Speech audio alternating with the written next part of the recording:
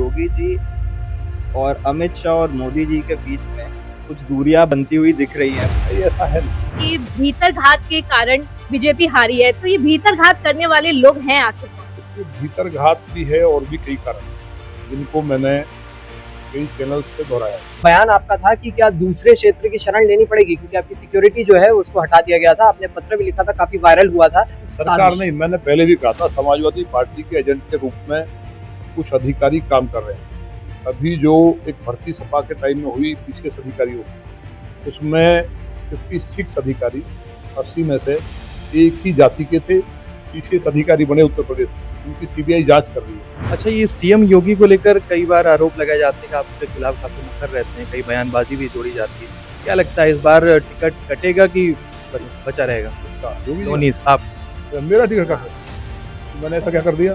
Police थानों में case ज़्यादा आते हैं लेकिन यूपी में कोई क्राइम ही नहीं होता। ऐसा क्यों? मतलब जबकि आदमी इंसान खुद मजबूर हो रहा है क्राइम करने के लिए, क्योंकि थाने में पुलिस जो है उनका केस दर्ज नहीं करती। ऐसा क्यों हो रहा है? कि ऐसा आप ही खुद कह रहे हैं, केरल में ज़्यादा अपराध है, उत्तर प्रदेश में रामराज है। बीजेपी विधायक नंद किशोर गुर्जर संगठन में भारतीय जनता पार्टी में कथित असंतोष को लेकर जो तमाम सवाल है उनका बेबाकी से जवाब दे रहे हैं। न्यूज रूम का आप रुख करेंगे, वहां तमाम पत्रकारों के सवाल हैं, उनसे सवाल लेंगे। तमाम खबरें चल रही हैं आपके और योगी जी के बीच में मतभेद चल रहा है। मुझे सर एक वाकया याद आता है जो मुझे मजबूर कर देता है इसको मानने के लिए कि 2019 में आप योगी जी के विरोध में बैठे थे और तकरीबन 295 विधायकों का आपको समर्थन था। क्या वो लहर फिर से उठ रही है यूपी में?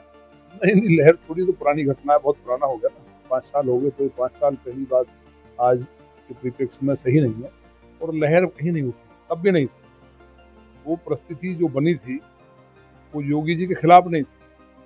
वो एक फूड इंस्पेक्टर ने मांस की दुकान मंदिर के बराबर में खोलने के लिए लाइसेंस दिया था, उसका मैंने विरोध किया था। फिर जब उसका विरोध किया तो नौकरी ना चली जाए, मैंने मुख्यमंत्री जी कार्रवाई ना करते तो मुझ पर झूठा आरोप लगाया, मेरे ऊपर FIR हुई थी। और तमाम प्रकार का उत्पीड़न पुलिस के द्वारा किया गया, हमारा परिवार के साथ भी जो हुआ था। उसके लिए हमने बात को सदन में रखा, तो माननीय विधायक जो है उन्होंने हमारी बात को सही ठहराया और वो हमारे साथ थे। तो पुरानी बात है, उसको कब कोई को दोहराना मैं समझता हूँ ठीक नहीं है। ये बात सर इसलिए भी याद आ रही है क्योंकि तमाम जगह भी खबरें चल रही हैं कि योगी जी और अमित शाह और मोदी जी के बीच में कुछ दूरियां बनती हुई दिख रही हैं। कुछ कार्यक्रम में भी वैसा कुछ हुआ जो दिखा। क्या गुर्जर साहब प्रदेश की राजनीति में इस परिप्रेक्ष्य में और ज्यादा प्रमुखता से दिखेंगे हमें आते हुए? नहीं, ऐसा है नहीं। देखिए, माननीय प्रधानमंत्री जी की और या किसी और की बात तो मुझे कभी लगी नहीं। किसी एक चैनल ने माननीय केशव जी का, महाराज जी का तो थोड़ा दिखाया, लेकिन वो तमाम बैठकों में और सब जगह उनका जितना आपस में तालमेल है वो कहीं भी इस तरह की बात लगती नहीं कि कहीं असंतोष है। तो ये तो जो खाली मीडिया में या कुछ अधिकारी जो सपा के एजेंट हैं उस तरह की बातें कहीं ना कहीं चलाते हैं, तो उस तरह की बातों में कोई दम नहीं। नमस्कार सर, मेरा नाम शालिनी श्रीवास्तव है। पहले तो स्वागत है आपका इंडिया टीवी में। सर, हाल ही में लोकसभा चुनाव हुए जिसमें कई जगह पर बीजेपी की हार देखने को मिली, उत्तर प्रदेश में खास तौर पर। तो आपको भी हमने कई बार ऐसे कहते सुना है कि भीतर घात के कारण बीजेपी हारी है, तो ये भीतर घात करने वाले लोग हैं आखिर कौन? देखिए, भीतर घात भी है और भी कई कारण, जिनको मैंने कई चैनल्स पे दोहराया। एक कांग्रेस ने दिल्ली में एक मीटिंग की, तो ये मैं चुनाव से पहले बोला था कि मैंने मोदी जी को हराना कोई संभावना ही नहीं, असंभव है। दुनिया के सबसे लोकप्रिय नेता है और जो उनके द्वारा गरीब कल्याण के लिए बिजली, सड़क, पानी, शिक्षा, चिकित्सा, हर फील्ड में किसान से लेकर के मजदूर के लिए जो काम किए गए, तो उससे जनता एक तरफा 400 पार का जो नारा था वो सार्थक था। और उत्तर प्रदेश में समाजवादी पार्टी चुनाव लड़ने की स्थिति में नहीं थी, उनके कई लोगों ने टिकट वापस कर दिए थे। लेकिन दिल्ली में एक जो चुनाव में वो कहीं ना कहीं उनको दोष देना अलग बात है, कहीं ना कहीं हम ही चूक करें। उन्होंने एक नैरेटिव सेट किया कि भारतीय जनता पार्टी आरक्षण और संविधान को समाप्त कर देगी, और उसको सोशल मीडिया के द्वारा और तमाम जितने भी चैनल्स को इस तरह से चलाया गया कि लोगों को लगा कि कहीं ना कहीं आरक्षण समाप्त हो जाएगा, संविधान समाप्त हो जाएगा। और जातीय विद्वेष खड़ा करने के लिए छतरियों की मीटिंग्स, जिस तरह से कराई गई, उन पे कोई शिकंजा नहीं कसा गया, अधिकारियों ने उनको पूरी छूट दी। और एक वर्मा नेता है हमारे यहाँ, उनके यहाँ सुबह ही चुनाव शुरू होते ही फोर्स को भेजा गया, तो उस समाज में रिएक्शन हुआ बहुत बड़ा। इसके कारण अयोध्या जी और खासतौर से बनारस में उनकी बड़ी संख्या है, तो उसका नुकसान हुआ। इसी उत्तर प्रदेश में गाजियाबाद के अंदर भी अधिकारियों ने जो कर सकते थे चुनाव हराने के लिए, वो उन्होंने तमाम हथकंडे अपनाए। तो वो सारी चीज़ें माननीय मुख्यमंत्री जी के सामने हैं, हमारी शीर्ष लीडरशिप उसको देख रही है, कहीं पे कार्रवाई भी हुई है। नहीं तो 76 सीट केवल चैनल्स के सर्वे में नहीं थी उत्तर प्रदेश में, जो वास्तव में जो रिपोर्ट्स तमाम थी और जनता का जो मूड था वो थी, तो वो एक नैरेटिव सेट कर पाए। देखिए, दलितों के आरक्षण की जहाँ तक बात है, कांग्रेस ने धारा 370 लगा करके जम्मू कश्मीर में पूरी तरह से उनका आरक्षण समाप्त किया। दूसरी बात, बाबा साहब अम्बेडकर के लिए समाजवादी पार्टी के लोग भूमाफिया तक और उनके नाम पे जो भी बहन कुमारी मायावती जी ने या भारतीय जनता पार्टी ने काम किए, उनके नाम तक चेंज किए गए और ये कहा गया कि उनकी मूर्तियों को तोड़वा देंगे, जो उनके नाम पे जिले हैं उनको बदल दिया गया। तो इतना दलित विरोधी, और यहाँ तक कि हिंदुस्तान के इतिहास की सबसे बड़ी घटना है, बहन कुमारी मायावती को मारने के लिए गेस्ट हाउस कांड हुआ, जो आज तक हिंदुस्तान नहीं भूला है।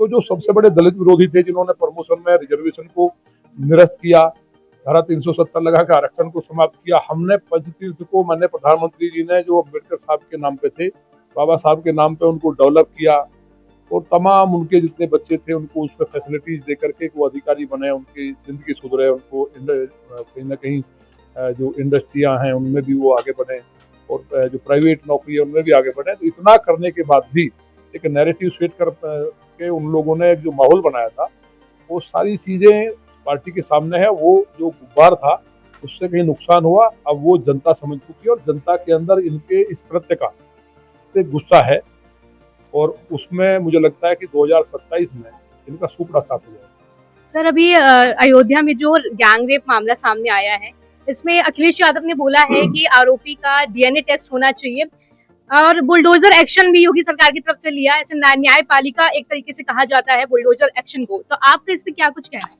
देखिए, अखिलेश जी का दोष नहीं है। अखिलेश जी जिस पार्टी से आते हैं, उस पार्टी का जो विचारधारा है, वो जो बाहर से हवाला के थ्रू जिस तरह से मैंने प्रधानमंत्री जी को हराने के लिए किसान आंदोलन में जिस तरह से बाहर से पैसा आया, तो तीनों बिल ऐसे थे कि अगर वो पास हो जाते तो किसानों की जिंदगी बदल जाती और भारत का किसान अमीर होता। किसानों के मसीहा प्रधानमंत्री ना हो। मेरे पास तो ऑडियो भी है, मैंने ऊपर दी है, वो मेरे ऊपर जो आरोप लगा कि हमने टिकट के ऊपर हमला क्या है ऑडियो? अब वो बता देंगे, समय आने पे ऊपर हमने बता दिया है, क्योंकि सवाल आपका दूसरा है। तो जो ये सारी चीजें हैं, तो उनकी परवरिश जो है, उनके नेता आपको याद हो, उन्होंने जो संस्थापक थे इस पार्टी के, उन्होंने कहा था कि बलात्कार हो जाता, लड़कों से गलती हो जाती है, तो बलात्कार कोई विषय नहीं है। मतलब बलात्कार का समर्थन किया था, सबको यह देश भूला नहीं। जिन्होंने कार सेवकों पे गोलियां चलवाई, साधुओं को मार के सरयू में पत्थर बांध के डुबाया हो, जिन्होंने बेटियों के बलात्कार का समर्थन किया, और सबसे बड़ी बात केवल इंडिया नहीं, इंडिया में तो कोई सोचा ही नहीं होगा दुनिया के अंदर कहीं भी आतंकवादियों को, जिन्होंने जो धार्मिक स्थल थे उन पर लोग हमला किए, लोग मरे, उन आतंकवादियों को रिहा करने का आदेश दिया हो, ऐसी पहली सरकार थी। तो उनके तो डीएनए में है, वो जो डीएनए टेस्ट की बात कह रहे हैं ना, उनके डीएनए में ये है कि उनके लिए बहन बेटियों की मान सम्मान कुछ नहीं है। क्या ये बात कभी अखिलेश जी या उनके परिवार का कोई सांसद कह सकता है कि डीएनए टेस्ट होना चाहिए? अगर किसी उनके परिवार की, रिश्तेदार की बेटी के साथ होता तो यही कहते कि इसको गोली से शूट आउट करना चाहिए। तो माननीय योगी जी ने जो एक्शन लिया है, वो केवल उत्तर प्रदेश नहीं, पूरा देश उसकी सराहना कर रहा है। उनकी पार्टी का नगर अध्यक्ष, और जिसकी उम्र 55 साल से ज्यादा है, मतलब कितना जघन्य अपराध है, वो 12 साल की बच्ची उसके साथ दुराचार करता रहा, उसके समर्थन में डीएनए टेस्ट की बात करते हैं और कहते हैं कि अधिकारियों पर कार्रवाई हो। ये शर्मनाक है। ये एक ही बयान उनको समाप्त कर देगा, क्योंकि वो राहुल जी की शरण में आए हैं, और राहुल जी को कृपात्री महाराज का श्राप है, उनकी पार्टी को श्राप है कि वो पार्टी भी समाप्त होगी और वंश भी नष्ट हो जाएगा। क्योंकि सोनिया जी ने ब्राह्मणों की बात को नहीं माना, जो उन्होंने 7 नवंबर 1966 को जो स्वामी कृपात्री जी महाराज ने आंदोलन किया था पार्लियामेंट के सामने, तो 2500 वहां साधुओं को गोली से निर्मम हत्या करा दी थी कांग्रेस ने। तो वहां महाराज जी ने श्राप दिया था कि पार्टी और ये वंश नष्ट हो जाएगा। तो उस कगार पर लोग बढ़ रहे हैं, तो इसलिए इस तरह की बात कर रहे हैं। तो कितनी शर्मनाक बात कि वो डीएनए टेस्ट की बात कर रहे हैं। जब उनकी सरकार रही, क्या एक भी डीएनए टेस्ट कराया? जब सबको पता स्पष्ट है वो अपराधी, और उसके बाद भी उसको अधिकारियों के ऊपर डाल करके कंफ्यूजन में ले जा रहे हैं। तो ये पूरा देश देख रहा है। सर मेरा आखिरी सवाल आपसे ये है कि सीएम योगी आदित्यनाथ और केशव प्रसाद मौर्य के बीच में जो मतभेद की जो बात सामने आ रही है इसमें कितनी सच्चाई है? देखिए उनके बीच में कितना प्यार है। अभी लोग भवन में बैठे सारे माननीय मंत्री माननीय विधायक सभी लोग थे, वहाँ कितना मुस्कुरा रहे हैं। फोटो भी कुछ अखबारों ने छापा है। तो मतभेद तो खाली जो है ये समाजवादी पार्टी के दिमाग में था, वो दूर हो चुका है। हम लोग 350 से ज्यादा सीट लेके आ रहे हैं, तो ये कांग्रेस और समाजवादी पार्टी समाप्त हो जाएगी। थैंक यू सर, धन्यवाद। नमस्कार सर, मेरा नाम भास्कर चक्रवर्ती है। सर अभी जब से राम मंदिर बना है यूपी में राम राज्य आ गया है, और हाल फिलहाल में एक बयान आपका था कि क्या दूसरे क्षेत्र की शरण लेनी पड़ेगी क्योंकि आपकी सिक्योरिटी जो है उसको हटा दिया गया था। आपने पत्र भी लिखा था, काफी वायरल हुआ था वो पत्र। तो आपको क्यों लगता है कि आपकी सरकार आपके खिलाफ ऐसा कुछ करेगी? सरकार नहीं, मैंने पहले भी कहा था समाजवादी पार्टी के एजेंट के रूप में कुछ अधिकारी काम कर रहे हैं। अभी जो एक भर्ती सपा के टाइम में हुई पीसीएस अधिकारियों, उसमें 56 अधिकारी 80 में से एक ही जाति के थे, जिनकी ग्रेड से पास हुए। जो हाई स्कूल में 3rd डिवीजन थी, इंटरमीडिएट में 3rd डिवीजन थी, और ग्रेजुएशन में भी 3rd थी, बड़े मुश्किल पास हुए थे, वो पीसीएस अधिकारी बने उत्तर प्रदेश में। उनकी सीबीआई जांच कर रही है। तो इस तरह के अधिकारी जो ऑबलाइज किए गए, जिनकी योग्यता नहीं थी, उन्होंने आचार संहिता में, देखिए किसी पार्टी की सरकार नहीं होती, चुनाव आयोग में सारा मामला उसके हाथ में चला जाता है। तो उन लोगों ने पूरा का पूरा सिस्टम को हाईजैक करके और पूरे चुनाव को डिस्टर्ब करने का काम किया। उसमें हम भी, केवल मैं ही नहीं, एक माननीय हमारे विधायक अजीत पाल त्यागी जी हैं, अकेले विधायक है अपने समाज से, उनकी सिक्योरिटी को भी हटाया। सिक्योरिटी का हमारा हटाने लगाने का विरोध नहीं था। उस अधिकारी ने सपा का एजेंट बनकर इस तरह का बयान दिया कि जिससे हम रिएक्ट करें, गुर्जर और त्यागी समाज पार्टी से अलग हो जाए और भाजपा का नुकसान हो। तो वो कहीं ना कहीं सपा के इशारे पर काम कर रहे थे, हम उसको समझ चुके थे। तो हमने चुनाव में इस बात पे कोई रिएक्शन नहीं किया, और रिएक्शन नहीं किया तो उसका हमारा जो गाजियाबाद जिला है, हमारे यहाँ 10% वोट बढ़ा। तो ये जो सारी चीजें हैं वो हम लगातार अधिकारी जो कर रहे हैं उसको हमने फोकस करके कहा है। तो ये सब चीजें सामने आ जाएंगी और जो कार्रवाई होगी सब ठीक हो जाएगी। जी सर, अभी प्रशासन के बारे में आपने बात की, पुलिस प्रशासन काम करता है। कभी आपका बयान ऐसा भी आता है कि पुलिस प्रशासन सिर्फ फोटो खिंचवाने आ जाता है। तो ये जो लव हेट रिलेशनशिप है पुलिस के साथ, ये कैसा है? पुलिस के साथ हमारे नहीं है। पुलिस के तो अच्छे अधिकारी थे जी, जो बहुत मेहनत करते हैं, लेकिन जो बेईमान और भ्रष्ट अधिकारी जो गरीब लोगों को परेशान करते हैं, अगर थाने में चला जाए तो जनता जनार्दन होती है। मेरे यहाँ 6 बजे लोग आ जाते हैं। एक एक व्यक्ति को मैं भगवान मान के काम करता हूँ। अगर वो मेरा भगवान है, उसकी सेवा होने से काम होना चाहिए। इसलिए जो बेईमान अधिकारी उनसे मेरा टकराव होता है, और उस चक्कर में, और मैं विद एविडेंस बात करता हूँ, कई अधिकारी सस्पेंड हुए, एक दरोगा जेल गया, रंगे हाथ पकड़ा गया थाने से। तो ऐसा नहीं है, लेकिन कुछ चीजें ऐसी हैं जो चलती रहती है राजनीति। तो अधिकारियों का सबके हम विरोधी नहीं है, अच्छे अधिकारी हैं, लेकिन जो बेईमान है वो कहीं ना कहीं पैसे देकर के सिस्टम में आगे आ जाते हैं। पूरे चुनाव में जो अधिकारियों ने किया पार्टी को पता है, और अब जनता को भी, पूरे उत्तर प्रदेश को पता चल गया है। अखिलेश जी ने जो बयान दिया है अयोध्या जी वाले मामले में, वो जो लखनऊ की घटना है, डीएनए की बात कर रहे हैं, तो इससे सारा चीज ठीक हो जाएगा। सर मेरा आखिरी सवाल यह है कि अभी आपने कहा कि कांग्रेस का नाश हो जाएगा आगे चल के, उसी पथ पे अग्रसर हैं वो, और दूसरी तरफ हम इलेक्शंस की बात कर ले तो सीटें जो हैं वो डबल हुई हैं, बड़ी है। तो बीजेपी का क्या अगले इलेक्शन में क्या मनोस्थिति होने वाली है? किस तरीके से कांग्रेस से भिड़ेंगे आगे? देखिए, कांग्रेस का कोई सिस्टम है नहीं। कांग्रेस के पास संगठन नाम की कोई चीज नहीं। उन्होंने एक भ्रम डाला, देश को दोबारा से जातियों के आग में झोंकने का प्रयास किया। दिल्ली में एक बैठक हुई और उसमें कहीं ना कहीं आंशिक रूप से कामयाबी हुई।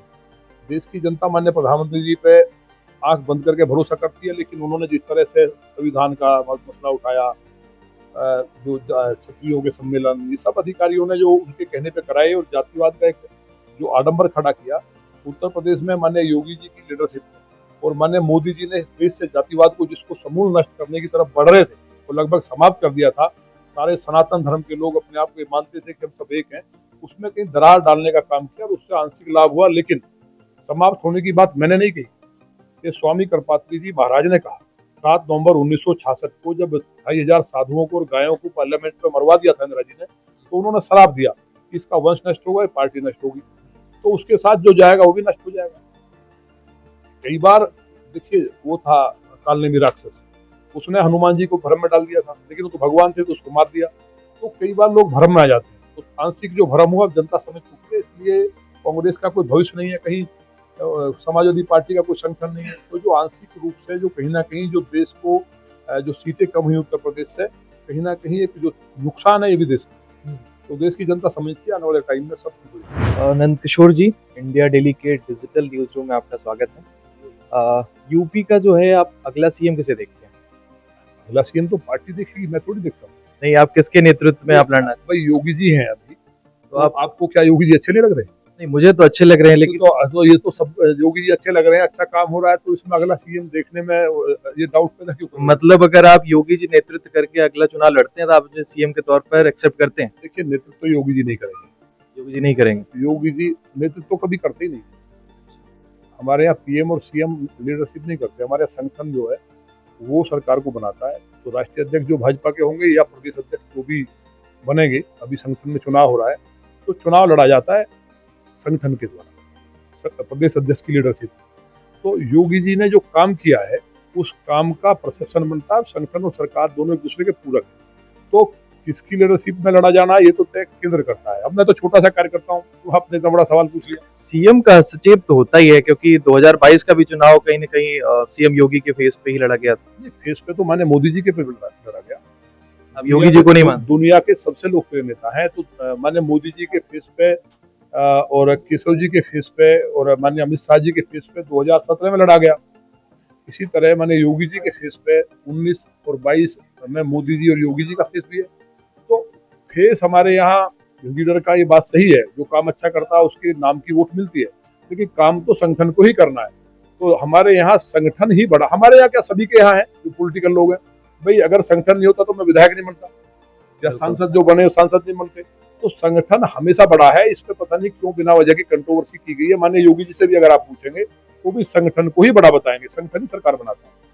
केशव प्रसाद मौर्य या सीएम योगी, आप किसे मतलब मुख्यमंत्री देखना चाहेंगे? कमाल की बात है। देखो, आप अपनी इच्छा बताइए। मेरी इच्छा थोड़ी चलता है देश। आप एमएलए होने के नाते आप जननायक हैं, आप बता सकते हैं कौन पसंद है? ऐसा कुछ हमें तो दोनों नेता हमारे शानदार हैं। दोनों को आप जो केंद्र की जो लीडरशिप है हमारे देखिए संगठन की, जो पूरी तरह से कोई जातिवाद नहीं, कोई परिवारवाद नहीं, कोई किसी तरह का भेदभाव नहीं।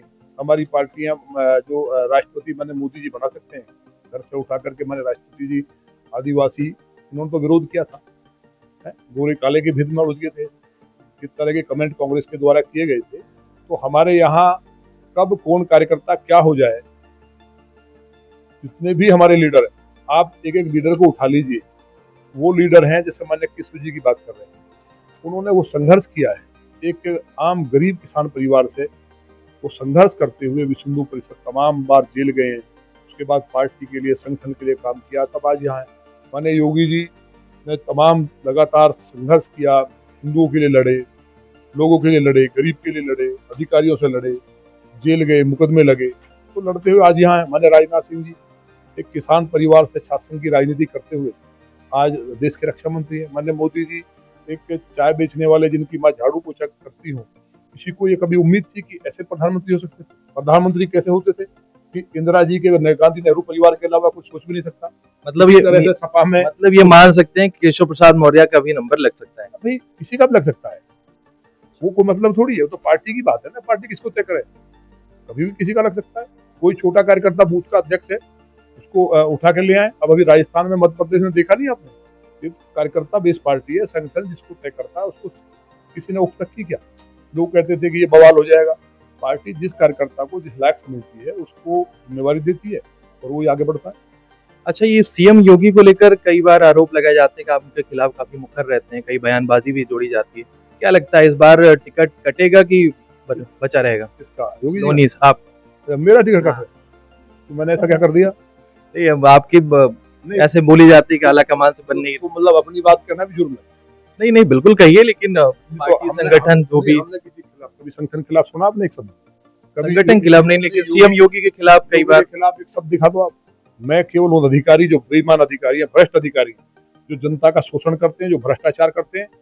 अब वो जो आपने घटना बताई अभी पूछ रहे थे, जो विधायकों की बात थी, मेरे साथ जो 295 विधायक उस टाइम खड़े हुए थे, वो एक इंस्पेक्टर मास्क की दुकान खोल रहा था।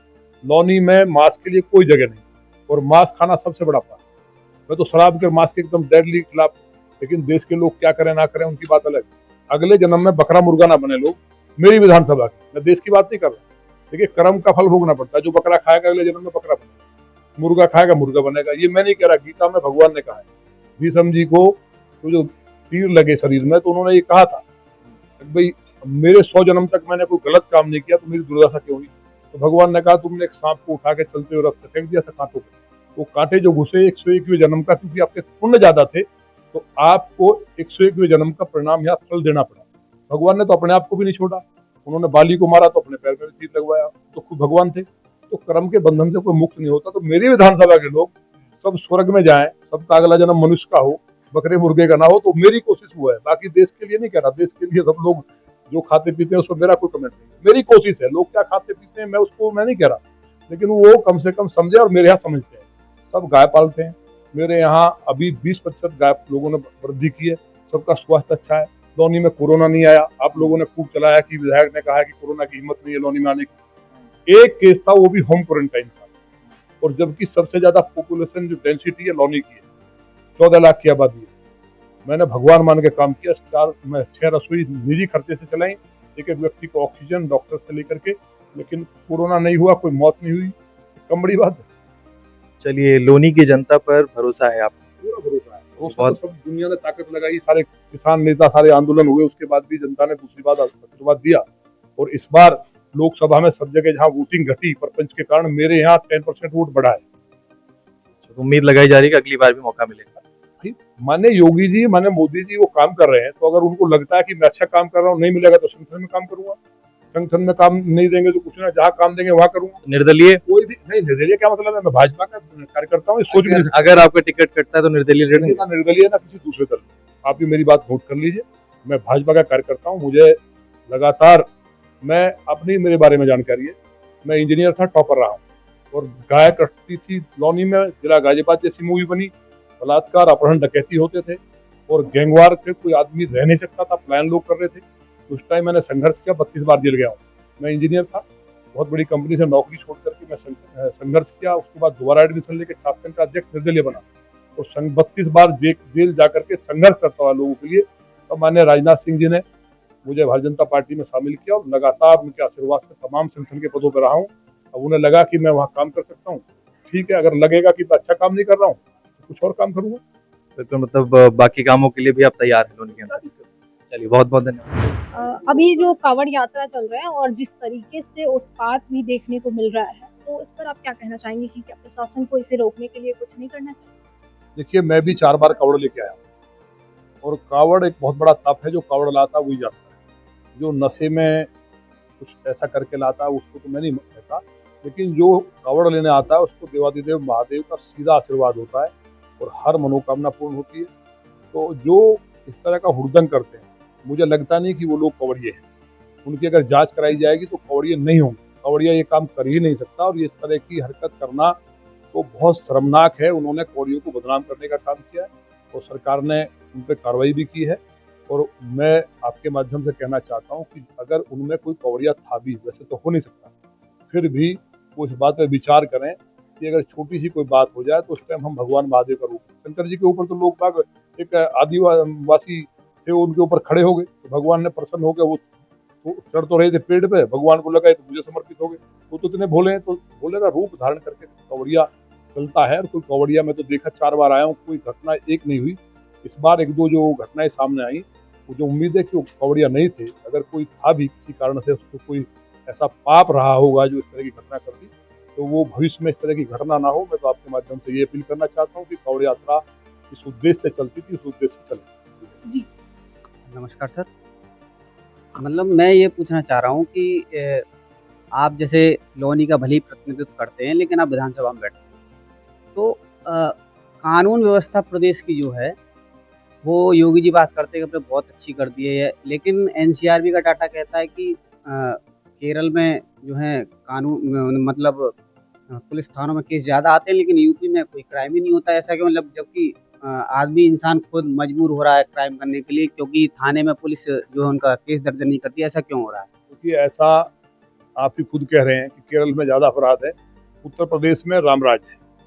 भगवान श्री राम का मंदिर बनने के बाद क्राइम आप अगर उठाएंगे तो एकदम बहुत शांत हुआ है। और एनसीआरबी के डाटा की जहाँ तक अब आप बात कर रहे हैं, तो उत्तर प्रदेश में अगर एक भी घटना होती है वो दर्ज होती है, अन्य प्रदेशों में दर्ज नहीं होती, इसलिए उसको क्राइम रेट को कम करने का प्रयास किया जाता है। माननीय मुख्यमंत्री जी का सभी अधिकारियों को निर्देश है कि एक भी क्राइम छुपाया ना जाए, क्राइम छुपाने से बढ़ता है। लोगों के साथ इंसाफ, और जो अधिकारी लोगों को न्याय नहीं देते, किसी के साथ घटना हुई उसको छुपाना चाहते हैं, तो उनके खिलाफ भी कठोर कार्रवाई होती है। और अब जो अधिकारी गड़बड़ कर रहे थे, आने वाले टाइम में आपको दिखाई देना शुरू हुआ होगा, जबरदस्त कार्रवाई होने जा रही है। और उत्तर प्रदेश में रामराज था, 2-3 महीने के लिए थोड़ा सा रावण ने कोशिश की, उसको समाप्त करके पुनः रामराज की तरफ हम बढ़ रहे हैं। जनसंख्या नियंत्रण कानून और स्मार्ट सिटी को लेकर क्या कहना है आपका? तीसरा मतलब टर्म मोदी जी का आ गया, 2 टर्म आपके योगी जी के आ गए, लेकिन अभी तक स्मार्ट सिटी को लेकर कोई काम नहीं हुआ यूपी के अंदर। स्मार्ट सिटी को लेकर कई सिटीज में काम भी हुआ है। और जनसंख्या नियंत्रण कानून केवल धार्मिक रूप से नहीं, इस देश में जो जनसंख्या विस्फोट होने जा रहा है, सब चीजें एक लिमिट है, और उस लिमिट के बाहर किसी भी चीज का अति होना सबसे गलत है। तो मेरा तो ये कहना है 2 चाइल्ड पॉलिसी इमीडिएट लागू करनी चाहिए। वैसे तो 10 साल के लिए 1 चाइल्ड पॉलिसी होनी चाहिए हिंदुस्तान में, तब जाकर के हिंदुस्तान की जो एकदम जनसंख्या का जिस तरह से व्यवस्थित रूप से हुई है और चारों तरफ भीड़ ही भीड़ है, उसको कंट्रोल किया जा सकता है। तो जनसंख्या नियंत्रण कानून का मैं नहीं, हिंदुस्तान के हर पढ़े लिखे लोग को, इस देश को नंबर 1 बनाने के लिए समर्थन करना चाहिए। सर जैसे राहुल गांधी जातिगत मुद्दा उठा रहे हैं, ऐसे आप जनसंख्या नियंत्रण कानून को लेकर उठाइए ना। तो राहुल गांधी जाति का उठा रहे हैं, उनकी पता है जाति क्या है? राहुल गांधी फिरोज खान के पोते हैं, उनकी जाति बता दो क्या है? वो जबरदस्ती हिंदू बने घूम रहे हैं, शंकर जी का भक्त बता रहे हैं, उन्हें जब कुछ पता ही नहीं है। देखिए, राहुल गांधी मुझे नहीं कहना चाहिए, वो भी अपनी जगह है, लेकिन वो मानसिक रूप से क्या उनकी स्थिति है, उनको कितना पढ़ा करके भेजा जाता, फिर भी उल जरूर बोलते हैं। मैं जातिगत जनगणना देश में जातिवाद खड़ा करना नहीं है। हमने तो जातिगत जनगणना करा के जातियों में क्रीमी लेयर को अलग करके जातियों को सबको पूरी तरह से उसका अधिकार देने के लिए माननीय राजनाथ सिंह जी ने कराई थी, और उसको हुकुम सिंह जी उस कमेटी के अध्यक्ष थे। तो पूरे देश में माननीय सुप्रीम कोर्ट ने भी उस पर डिसीजन लिया है, तो वो तो ऑलरेडी हो रही है। ना तो भाजपा आरक्षण खत्म कर रही, पूरी तरह से लोगों के लिए जो काम अच्छा हो सकता है, देश नंबर 1 कैसे है, उसके लिए कर रही है, करेगी। बहुत शुक्रिया। तो ये थे हमारे साथ भाजपा विधायक नंद किशोर गुर्जर। संगठन में असहमति और तमाम ज्वलंत सवाल, जो विरोधाभास के सवाल थे, उन सवालों का बेबाकी के साथ जवाब दिया। हमारी आशाएं और शुभकामनाएं विधायक जी यही कि आपकी जितनी भी भविष्यगामी नीतियां हों वो समाज हित में हों, आप समाज हित में यूं ही काम करते रहें। मैं प्रियंक वाजपेयी हूँ। शुक्रिया, नमस्कार।